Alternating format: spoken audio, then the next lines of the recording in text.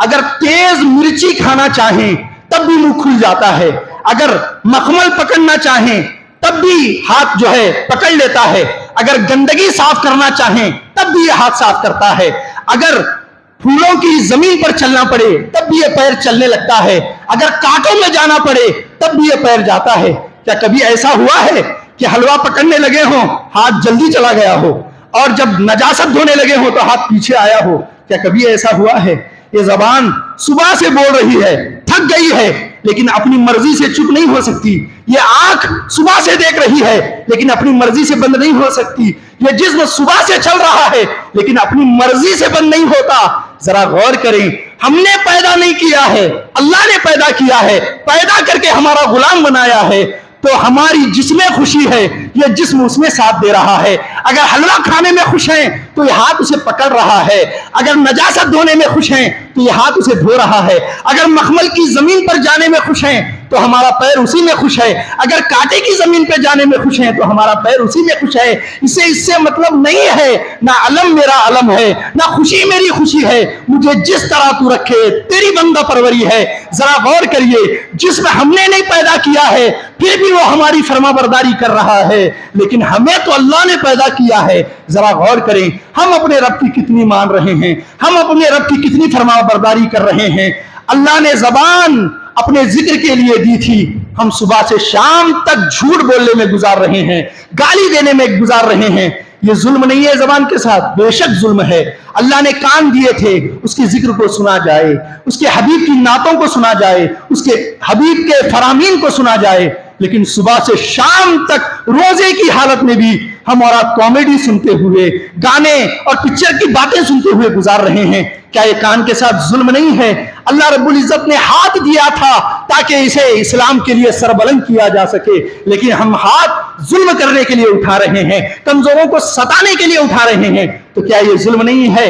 ہم یہ کہہ کے بچ سکتے ہیں ہمارے بچے ہماری بات نہیں سنتے تھے، لیکن یہ کیا کیسے کہیں گے کہ ہمارا جسم ہماری بات نہیں سنتا تھا؟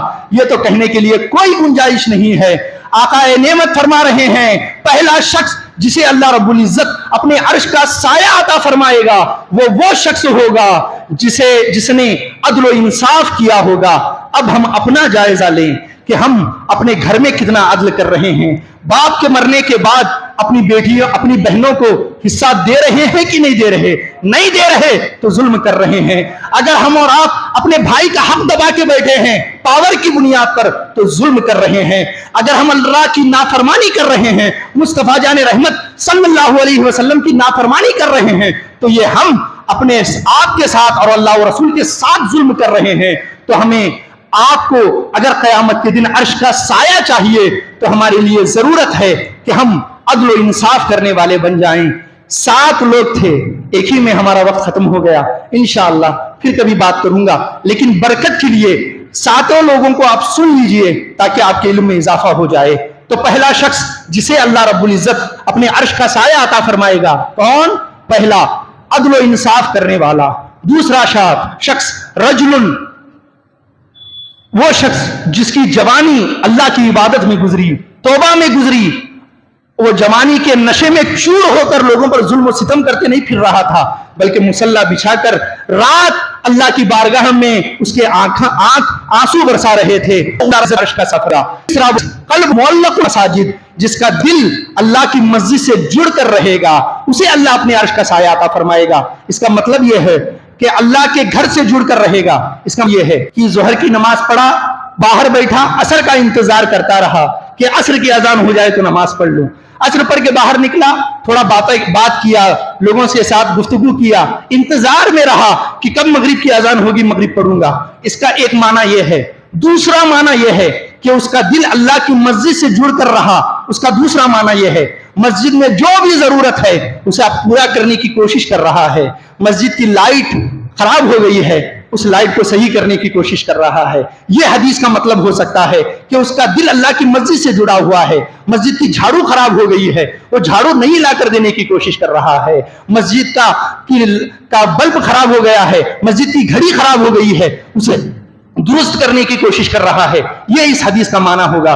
پھر چوتھا وہ شخص کہ دات ہوئی امراتن ذات منصبن و جمالن فقالا انی اخاف اللہ، وہ عورت جو حسن و جمال کی ملکہ تھی، اس نے کسی عورت کو دعوت گناہ دیا، اس نے کہا انی اخاف اللہ، میں تیرے جال میں نہیں آؤں گا، مجھے اللہ سے ڈر لگتا ہے. یہ جس نے کہا اللہ اسے اپنے عرش کا سایہ عطا فرمائے گا. ایک تو خود ٹرائی کرنا، یہ الگ بات ہے، دوسری طرف حسن خود آپ کے قدموں میں بچھ رہا ہو اور حضرت یوسف کی طرح آپ اسے لات مار دیں، اللہ ایسے جگر والے کو قیامت کے دن اپنے عرش کا سایہ عطا فرمائے گا. پانچواں وہ شخص جو محبت اللہ کے لیے کرتا ہے، یعنی آپ کے ہزاروں دوستی ہیں، ہزاروں محبتیں ہیں، وہ اپنے لیے ہیں. کسی سے آپ محبت کرتے ہیں کہ اس سے اچھے سے بات کروں گا تو کام مل جائے گا، کسی سے بات کروں گا تو مجھے نوکری مل جائے گی، اس سے بات کروں گا تو یہ میرے کام آئے گا، اس سے بات کروں گا تو یہ میرا وسیلہ بنے گا، کچھ نہ کچھ نیتیں ہوتی ہیں. لیکن ایک محبت ایسی ہونی چاہیے جو قیامت کے لیے ہو، جو اللہ و رسول کے لیے ہو. مجھ سے آپ کا کوئی فائدہ نہیں، لیکن مجھ سے محبت اس لیے ہو کہ اللہ رسول کی باتیں کرنے والا ہے، تو ایسے شخص کو اللہ رب العزت قیامت کے دن اپنے عرش کا سایہ عطا فرمائے گا. اور آخری شخص جسے اللہ اپنے عرش کا سایہ عطا فرمائے گا کہ ایک ہاتھ سے ایسا صدقہ کرے دوسرے ہاتھ کو پتہ نہ چلے کہ کیا دیا ہے، اتنا چھپا کر سایہ فرما. دعا کروں مولا کریم سے، مولا کریم کہنے سے زیادہ ہمیں آپ سب کو ان باتوں کو اپنے اندر اتارنے کی توفیق عطا فرمائے اور قیامت کے اپنے عرش کا سایہ حاصل کرنے کی توفیق عطا فرمائے. اور آقا نعمت صلی اللہ علیہ وسلم کی رحمت کی خیرات ہمیں آپ سب کو نصیب فرمائے. آمین آمین یا رب العالمین بجاہ سید المرسلین. آپ کا لطف و کرم کونین میں مشہور ہے اور ہر طرح سے آپ کو لطف و کرم منظور ہے، اور حشر میں گر سزا ملنے کا بھی دستور ہے، پر کیا کروں دل اس امید سے مسرور ہے، تم شفیع المذنبی ہو یا مصطفیٰ وما علینا الا البلاغ. السلام علیکم.